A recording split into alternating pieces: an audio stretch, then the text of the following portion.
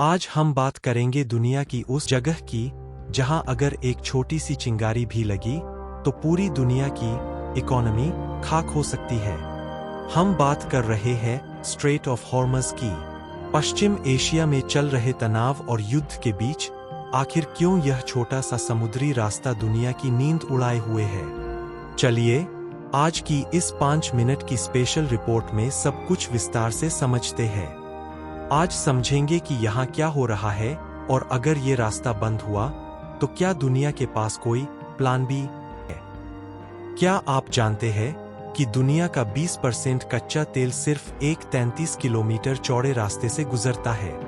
एक ऐसा रास्ता जिसे अगर बंद कर दिया गया तो आपकी गाड़ी का पेट्रोल 500 रुपये लीटर भी हो सकता है। पश्चिम एशिया में चल रही जंग ने इस चोक पॉइंट को दुनिया का सबसे खतरनाक इलाका बना दिया है। भौगोलिक दृष्टि से देखें तो हॉर्मुज का यह रास्ता ईरान और ओमान के बीच स्थित है। यह फारस की खाड़ी यानी पर्शियन गल्फ को ओमान की खाड़ी और अरब सागर से जोड़ता है। इसकी सबसे कम चौड़ाई सिर्फ 21 मील यानी 33 किलोमीटर है। सऊदी अरब, इराक, कुवैत और यूएई जैसे बड़े तेल उत्पादक देशों के लिए यही एकमात्र रास्ता है। इसे दुनिया की आर्थिक नस या इकोनॉमिक वेन कहना गलत नहीं होगा। हालिया पश्चिम एशिया युद्ध ने इस इलाके को बारूद के ढेर पर खड़ा कर दिया है। ईरान ने कई बार धमकी दी है कि अगर उस पर हमला हुआ तो वो हॉर्मुज को ब्लॉक कर देगा। हूतियों द्वारा रेड सी में किए जा रहे हमलों ने पहले ही सप्लाई चेन तोड़ दी है। अगर हॉर्मुज बंद होता है तो ग्लोबल ऑयल सप्लाई ठप हो जाएगी।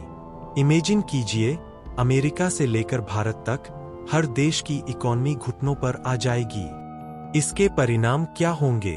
पहला, क्रूड ऑयल की कीमतें $150 प्रति बैरल के पार जा सकती है।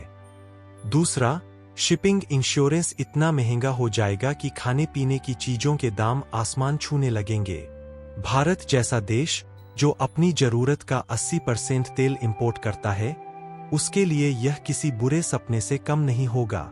तो क्या दुनिया के पास कोई बचाव का रास्ता है? क्या हम इसका कोई दूसरा रास्ता बना सकते हैं? क्या यूएई और ओमान के बीच ऐसा समुद्री रास्ता बनाया जा सकता है जो इस स्ट्रेट को पूरी तरह बाईपास कर सकता है? सुनने में तो यह आइडिया बहुत अच्छा लगता है, लेकिन हकीकत इससे काफी अलग है। सबसे पहले बात करते हैं जियोग्राफिकल चैलेंजेस की। पर्शियन गल्फ एक लगभग बंद समुद्र है और बाहर निकलने का इसका सिर्फ एक ही रास्ता है, स्ट्रेट ऑफ हॉर्मज़। यूएई पूरी तरह इस गल्फ के अंदर स्थित है, जबकि ओमान का कुछ हिस्सा खुले समुद्र से जुड़ा हुआ है। यानी अगर यूएई को बाहर जाना है तो उसे इसी रास्ते से ही गुजरना होगा। अब सवाल आता है, क्या एक नया कैनाल बनाया जा सकता है? जवाब है, बहुत ही मुश्किल है, क्योंकि यूएई और ओमान के बीच ऊंचे ऊंचे पहाड़ हैं, जिन्हें काटकर कैनाल बनाना बेहद कठिन और महंगा काम होगा। इसके अलावा यह पूरा इलाका रेगिस्तान है, जहां पानी की भारी कमी है। अगर पनामा कैनाल जैसा सिस्टम बनाना भी चाहें तो उसके लिए कॉम्प्लेक्स लॉक्स और मैसिव इंजीनियरिंग की जरूरत होगी, जिसकी खर्च खरबों डॉलर तक जा सकती है। और सबसे बड़ी बात, इसका आर्थिक फायदा भी उतना नहीं होगा जितना खर्च। तो फिर क्या दुनिया के पास कोई बचाव का रास्ता नहीं है? चलिए समझते हैं। हॉर्मुज से रोजाना लगभग 21 मिलियन बैरल तेल गुजरता है। दुनिया के पास फिलहाल जो वैकल्पिक पाइपलाइनें, जैसे सऊदी अरब की ईस्ट वेस्ट पाइपलाइन और यूएई की एडकॉ है, उनकी कुल क्षमता मुश्किल से 4 से 6 MBD ही है।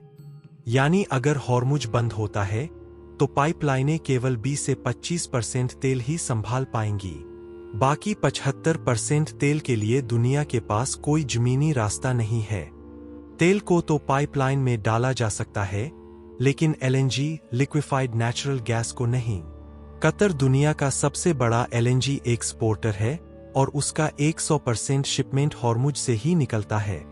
गैस को लिक्विड बनाकर बड़े जहाजों में ही ले जाया जा सकता है।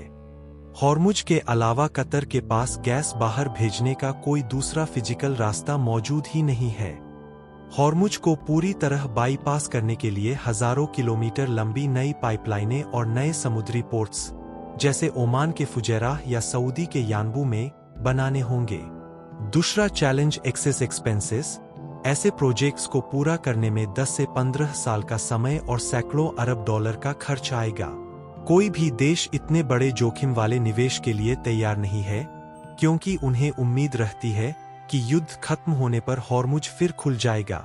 तीसरा चैलेंज वल्नरेबिलिटी, यानी पाइपलाइन भी सुरक्षित नहीं। अगर हॉर्मुज में युद्ध छिड़ता है तो जमीनी पाइपलाइनें भी सुरक्षित नहीं रहती।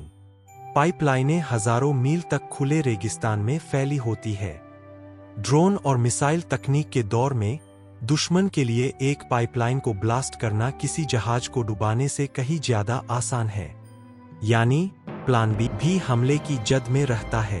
पूरी दुनिया के बड़े तेल टैंकर VLCCs इसी हिसाब से बने हैं कि वे खाड़ी के गहरे पानी डीप वाटर्स में आ सकें। अगर तेल पाइपलाइन के जरिए दूसरे पोर्ट पर भेजा भी जाए तो वहां उन बड़े जहाजों को खड़ा करने के लिए जरूरी डीप वाटर बर्थ्स और लोडिंग टर्मिनल उपलब्ध नहीं है।